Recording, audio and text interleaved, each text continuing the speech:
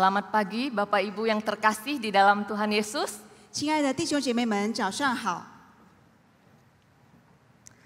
Bapak Ibu, pagi hari ini firman Tuhan kita diberikan tema firman-Mu adalah kebenaran.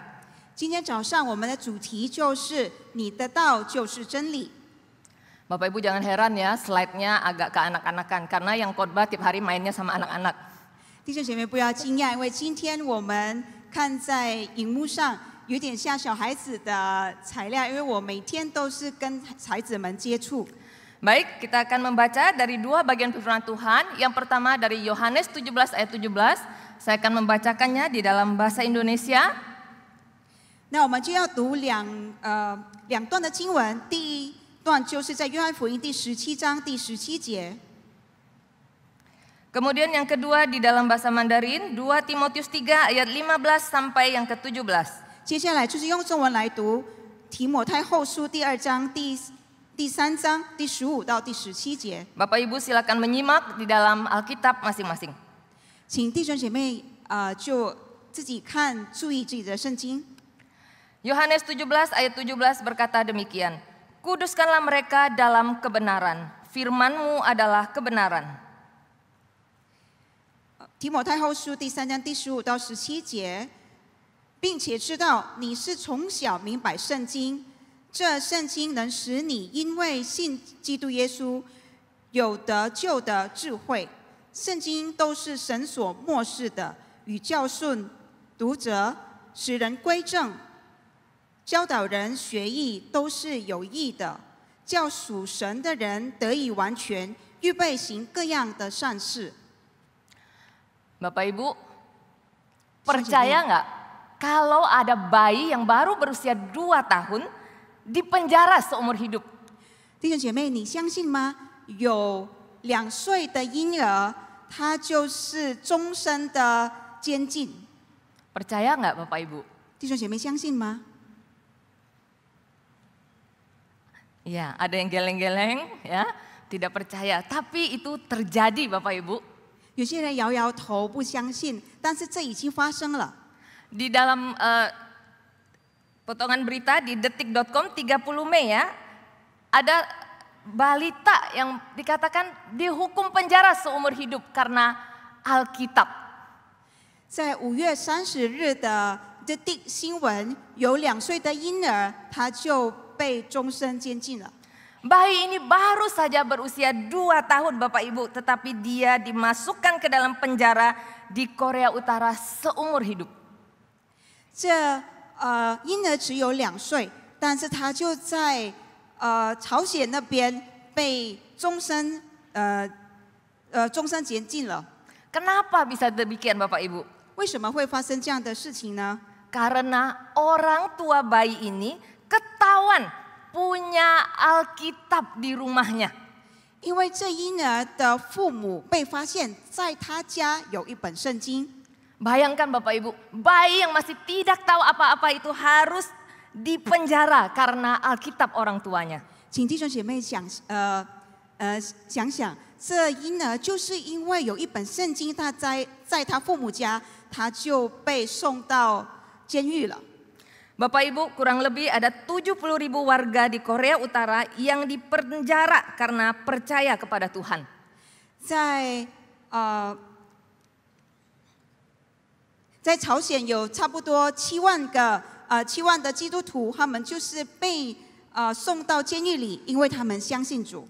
Mereka harus mengalami siksaan, dianiaya, bahkan sampai ada yang kehilangan nyawa.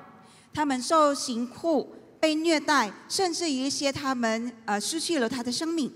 Pertanyaannya Bapak Ibu Saudara, dalam kondisi yang demikian, mengapa orang Kristen di Korea Utara itu tetap setia kepada Tuhan dan firman-Nya? 问题是在这样的情况下，为什么基督徒在朝鲜，他们还仍然的对神耿耿忠心呢？ Karena mereka menyadari betapa pentingnya kebenaran firman Tuhan itu bagi kehidupan mereka. 因为他们觉悟到神的话语是真正的在他们生活中是多么的重要， Sehingga mereka berani mempertaruhkan nyawa mereka untuk mendapatkan firman Tuhan. 所以他们就敢于冒自己的生命危险，就是为了神的话语。Mereka sudah tahu dengan jelas peraturan Kim Jong Un kalau bagi orang yang memiliki Alkitab akan dihukum mati. 他们知道 Kim Jong Un 的这个原则，如果你有圣经的话，那他就是会上命。 Tapi mereka tetap berani untuk memiliki Alkitab itu. 但是他们勇敢的还拥有了圣经。 Bapak Ibu Saudara sekalian, 弟兄姐妹们， kita tidak berada pada posisi orang-orang di Korea Utara itu. 我们不像那朝鲜人的位置， Tetapi apakah Alkitab juga sama berharga dan bernilainya di dalam hidup kita sehingga kita rindu untuk membaca dan menghidupinya? 但是在我们的生命中，是否圣经是多么重要、有价值观，让我们可以有渴慕的心去阅读，并活出来呢？ Bapak Ibu Saudara, mengapa Alkitab begitu penting di dalam hidup kita? 弟兄姐妹们，为什么圣经在我们的生命中是多么重要？ Kita mau mempelajarinya bersama-sama. 我们要一起学习。 Yang pertama Bapak Ibu, 第一， firman Tuhan adalah sumber kebenaran yang tertinggi. 神的道是真理最终的来源， Alkitab adalah sumber kebenaran yang sejati. 圣经就是真理真正的来源。 Dalam Yohanes 17 ayat 17 berkata bahwa firman-Mu itu adalah kebenaran. 就在约翰福音第17章第17节，你的道就是真理。 Firman Tuhan itu bukan sekedar benar Bapak Ibu, tetapi adalah kebenaran. 神的道不单是真实的，但是是真理。 Apa maksudnya? 什么意思呢？ Bapak Ibu, apakah Bapak Ibu suka bercermin? 弟兄姐妹们，你们是否喜欢照镜子？ Biasanya ibu-ibu ya pasti lebih sering ya lama di depan cermin gitu ya. 平常就是女士们常常就是比较久照这个镜子， Memperhatikan setiap detil penampilannya dari ujung kepala sampai ujung kaki. 就是很详细的从头到脚那边详细的看一看。 Apa yang kita lihat di depan cermin itu adalah diri kita. 我们在镜子前看到的是我们自己， Rambutnya yang warna hitam, di cermin juga warnanya hitam gitu.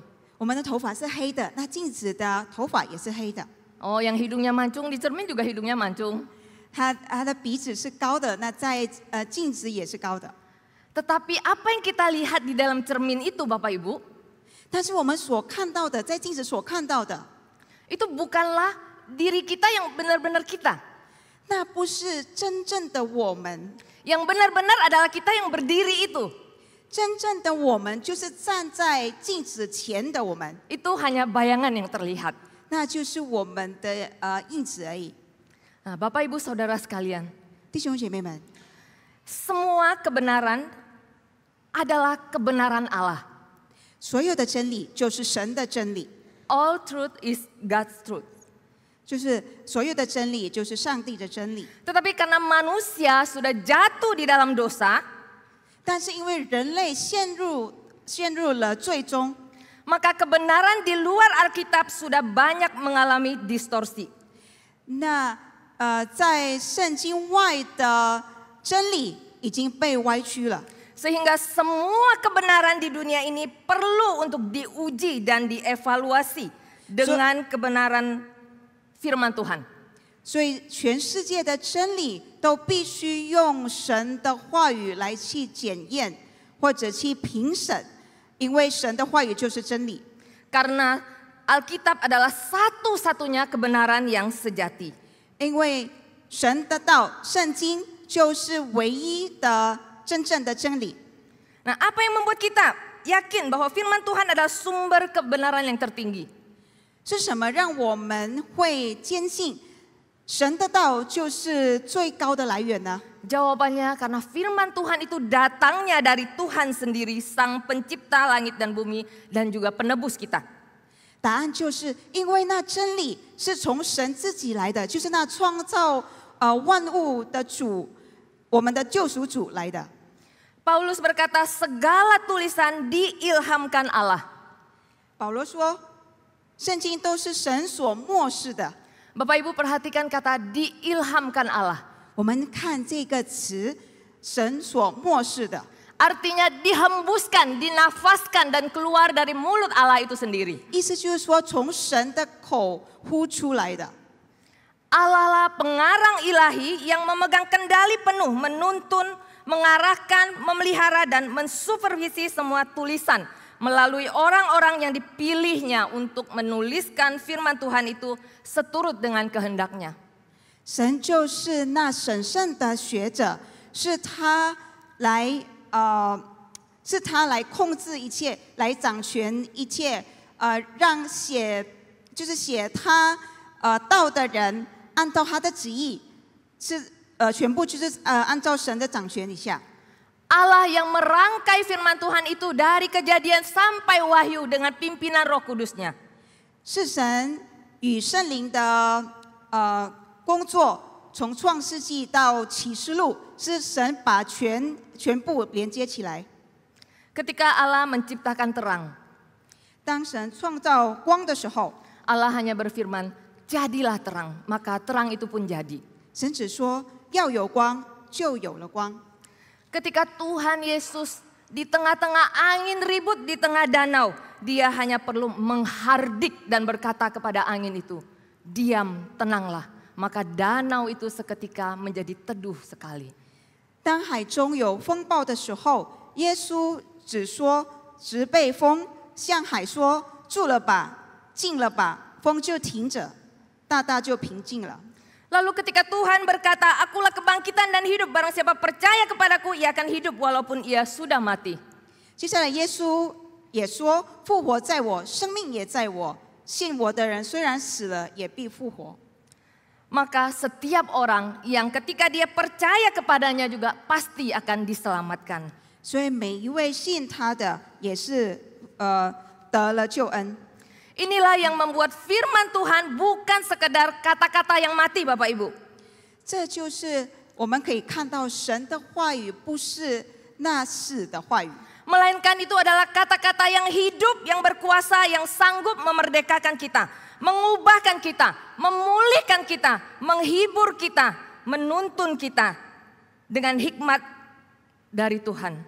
是活生生的话语，可以来恢复我们，改变我们。 Dan yang terpenting Bapak Ibu Saudara, firman Tuhan itu dapat menuntun manusia kepada keselamatan oleh iman kepada Yesus Kristus. 最重要的就是以相信主耶稣，那神的道可以领我们得了救恩。 Firman Tuhan yang merupakan sumber kebenaran memiliki otoritas dan kuasa yang dapat dilihat dengan jelas dari banyaknya hidup orang-orang yang diubahkan karena mereka membaca Alkitab. 神的话语是有权威的，也有大能的。我们可以很清楚的看到，在一些信他的、读圣经的人，他们的生命就被改变了。 Kita pernah mendengar seorang pecandu narkoba yang bertobat. 我们可能有听过一个吸毒者，他悔改了。 Kita pernah mendengar misalnya seorang kepala gangster yang bertobat dan menjadi hamba Tuhan. 可能也听过黑帮的头目，他成为仆人。 Dan 神 masih 仆 banyak lagi cerita-cerita yang lainnya. 也有许多的故事， Dan itu nyata terjadi Bapak Ibu. 那是真实的故事。 Bapak Ibu, Robert Jerman Thomas adalah seorang misionaris dari Wales yang menjadi martir di Korea. 弟兄姐妹们，这 Robert German Thomas 他就在韩国殉道。 Pada bulan Agustus di tahun 1866 dia berlayar ke Pyongyang, Korea dan membagikan Alkitab kepada orang-orang di setiap pelabuhan di mana kapal mereka singgah. 1866年8月，他就到了平壤那边，在那边他要分发圣经。 Tapi sayangnya Bapak Ibu, ketika kapal mereka mendekati pelabuhan Pyongyang, 但不幸的是，当他们的船已靠近了平壤的时候， kapal yang ditumpangi oleh Robert ini diserang oleh orang-orang Korea dari tentara Korea ya. 他的船就被这个韩国的军人被他们袭击了， Karena mereka anti dengan orang asing pada zaman itu ya.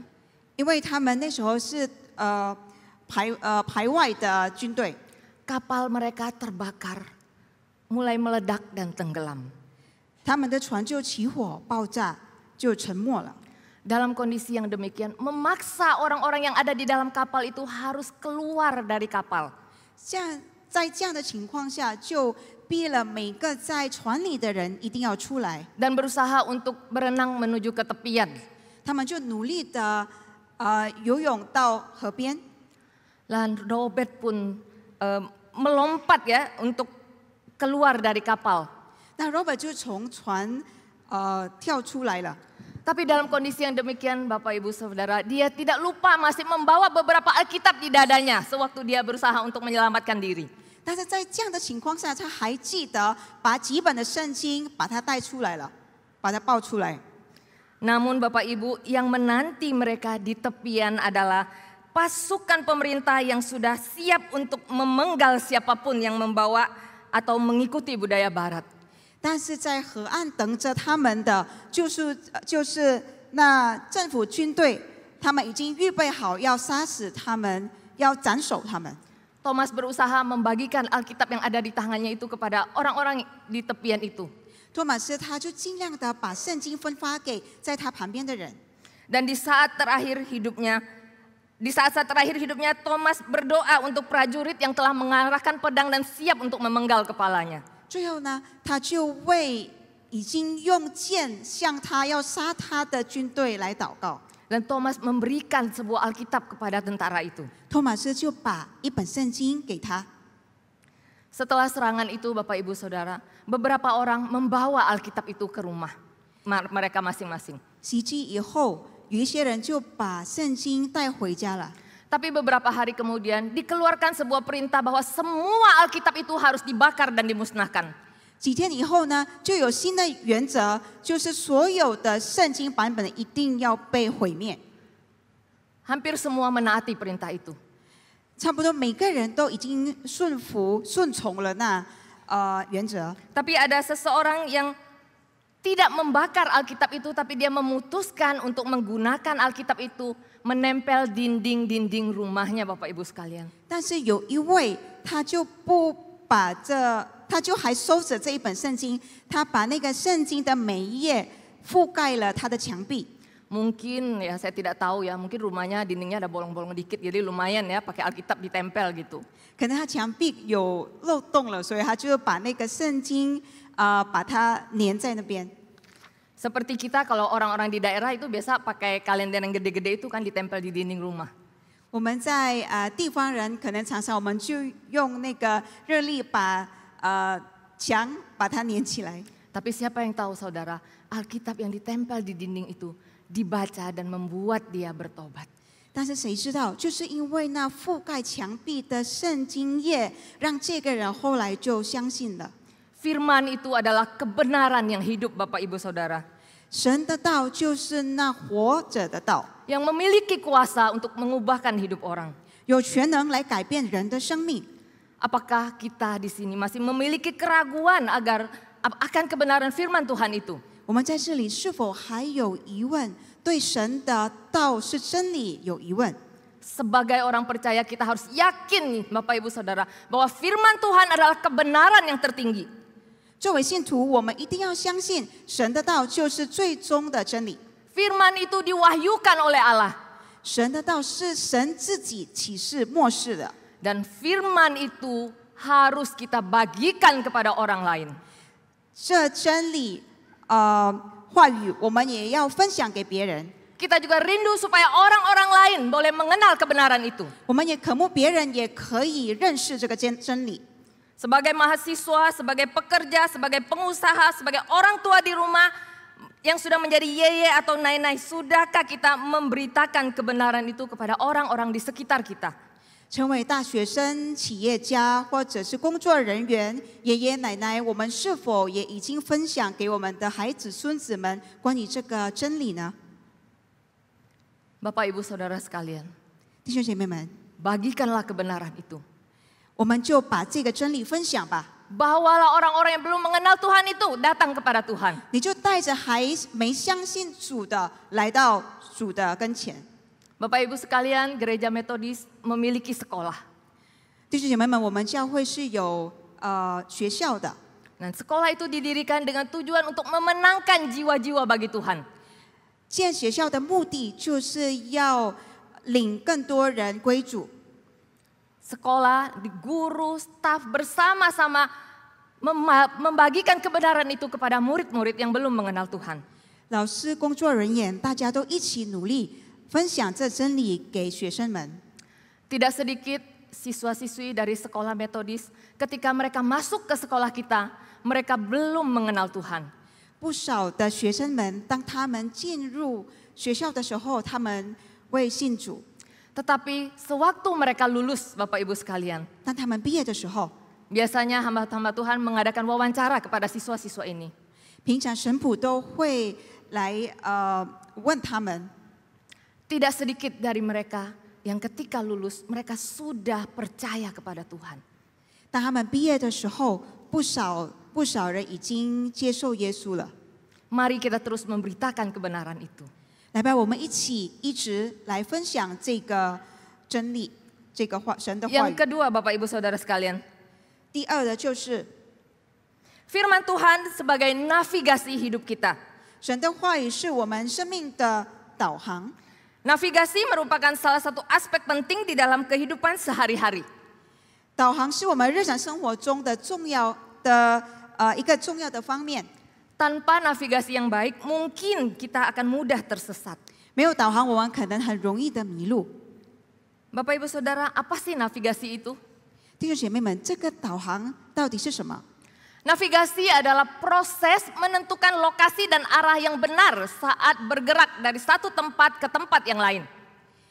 这导航是从一个地方移动到另一个地方，确定正确的位置和方向的一个过程。 Kita memerlukan navigasi saat kita berjalan kaki, mengendarai kendaraan, 当我们走路的时候、驾驶的时候，我们就需要这个导航。 saat kita berlayar di lautan atau saat kita terbang di udara, pilot juga memerlukan navigasi. 当我们在航行、飞行，那他们也需要这个导航。 Bahkan di dunia digital, Bapak Ibu Saudara, dengan bantuan perangkat GPS di smartphone kita. 甚至在数字世界中也需要这个导航，我们就借助我们的这个智能手机来帮助我们。 Tujuan utama dari navigasi adalah untuk mencapai tujuan tanpa tersesat. 导航的重要的目的就是可以带我们到目的地，我们也不迷路。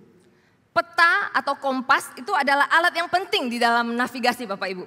地图或指南针，这也是在导航里的一个很重要的工具。 Mereka bisa menunjukkan lokasi jalan yang membantu kita di dalam perjalanan.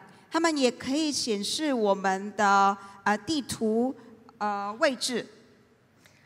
Pertanyaannya adalah apa yang menjadi navigasi di dalam perjalanan iman kita sebagai orang percaya? 问题是，作为一位信徒，是什么来导航我们呢？ Jawabannya sudah pasti adalah Alkitab yang berisi kebenaran firman Tuhan. 答案当然就是圣经，因为包含了神的话语。 Karena Paulus berkata segala tulisan yang diilhamkan Allah memang bermanfaat untuk mengajar, untuk menyatakan kesalahan, untuk memperbaiki kelakuan dan untuk mendidik orang dalam kebenaran.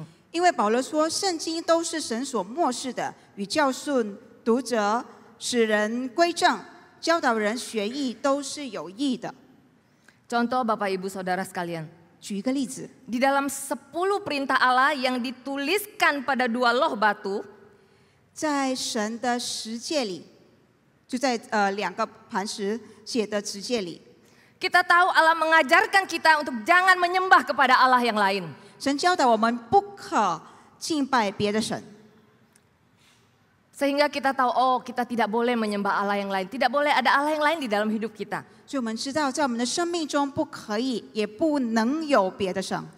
Lalu Allah juga mengajarkan kepada kita untuk menghormati orang tua.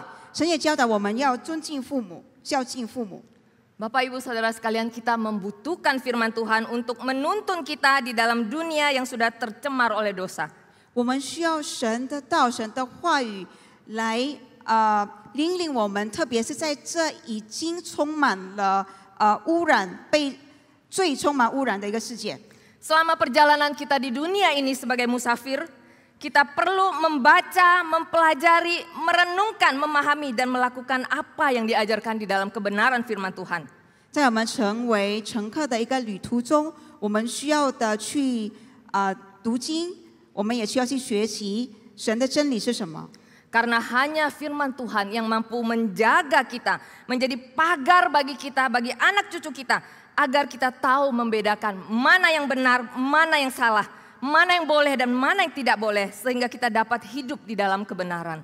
因为唯独神的真理可以来保护我们，也可以建在我们周围篱笆，所以因为神的话语，我们可以辨为是非，我们知道哪里是可以，哪里是不可以的。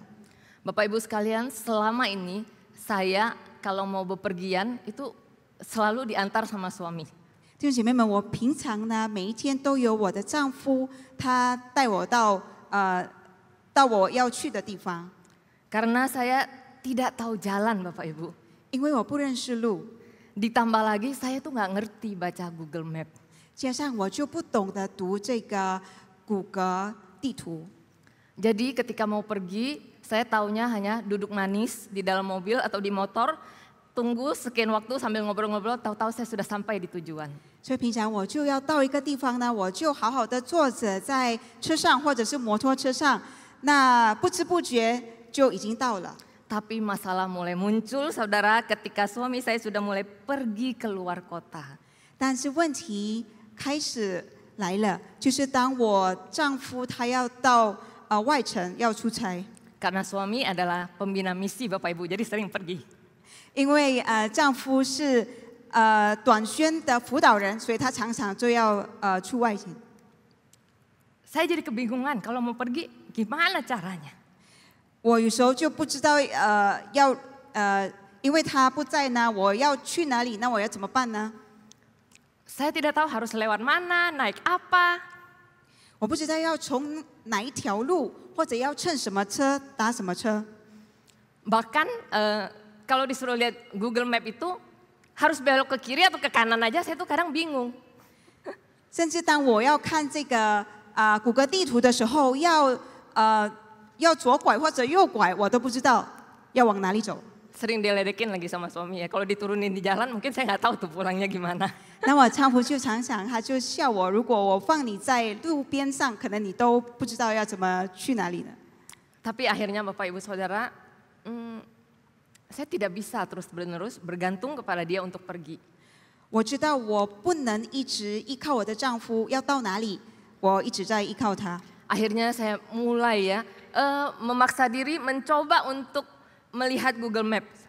所以我就开始逼迫自己来学习看这个谷歌的地图。 Berhari-hari saya perhatikan itu ya. 我就有几天一直在看那个地图。 Dan yang pertama yang saya pelajari adalah bagaimana caranya dari rumah ke gereja.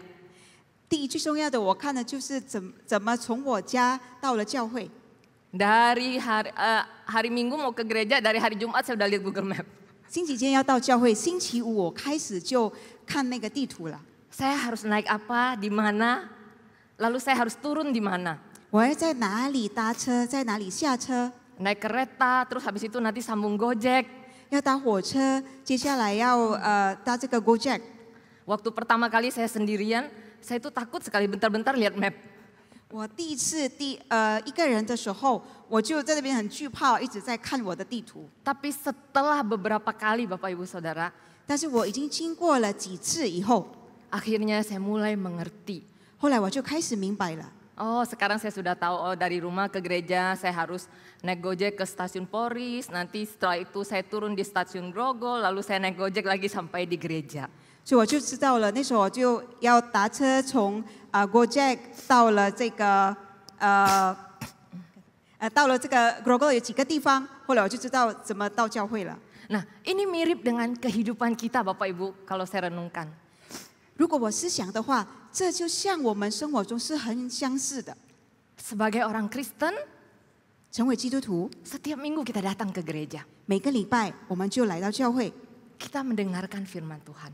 我们听神的话语， Kita datang duduk manis, Firman Tuhan diberitakan, selesai ibadah kita pulang. 我们就来到教会，在这里好好的坐着，听神的话语，又回家了。 Kita tidak pernah berpikir untuk merenungkan lebih dalam lagi atau membacanya sendiri. 我们没有想过要真正的去思考，在思考神的话语。 Firman Tuhan sudah disiapkan sama pendeta atau hamba Tuhan yang berkhotbah.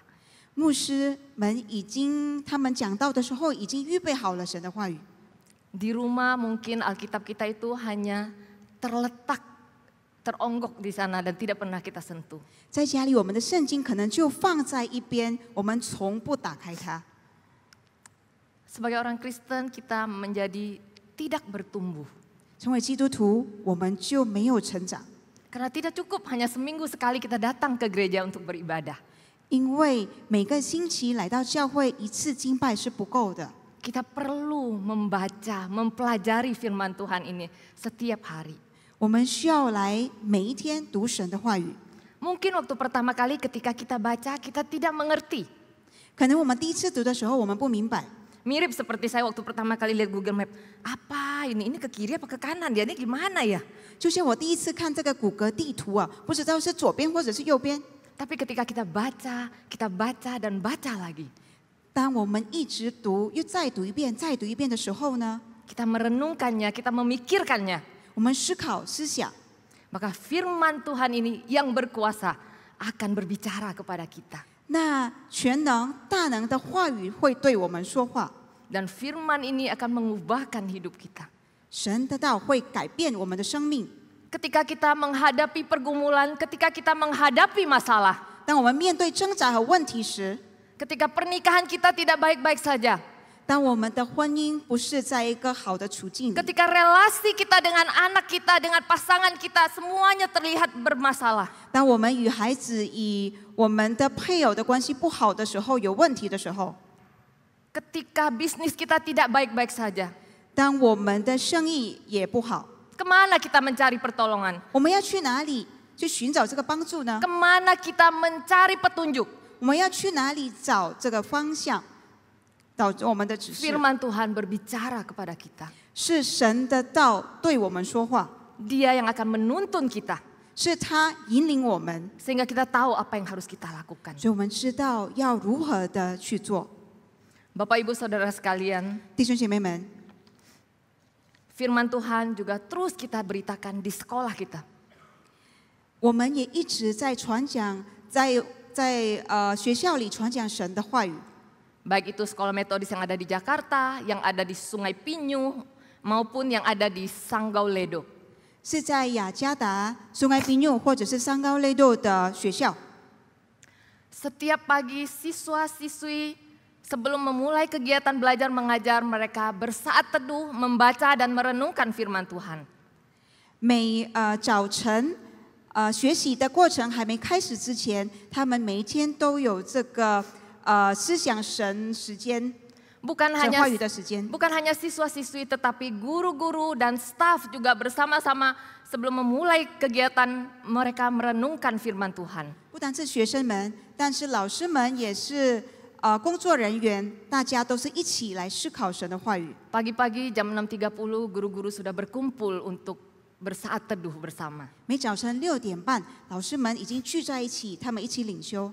Firman Tuhan ini yang membekali, yang menjadi kekuatan untuk setiap guru-guru membimbing mahasiswa, membimbing para siswa. 神的话语就来装备老师们，让他们也可以有力量来教导学生们。 Kita rindu melalui firman Tuhan ini juga siswa-siswa hidup mereka boleh diubahkan. 我们也渴慕透过神的话语，学生们的生命就被改变了。 Seperti di awal tadi sudah saya katakan, tidak sedikit siswa-siswa kita yang masuk belum kenal Tuhan, tetapi ketika keluar mereka sudah bertobat dan percaya pada Tuhan. 正如像我所说的，那学生们来的时候，进入学校的时候，他们未信主；他们毕业的时候，他们已经信主了。 Bapak Ibu Saudara sekalian, sekolah kita membutuhkan dukungan dari Bapak Ibu sekalian. 弟兄姐妹们，我们的学校需要弟兄姐妹们的支持。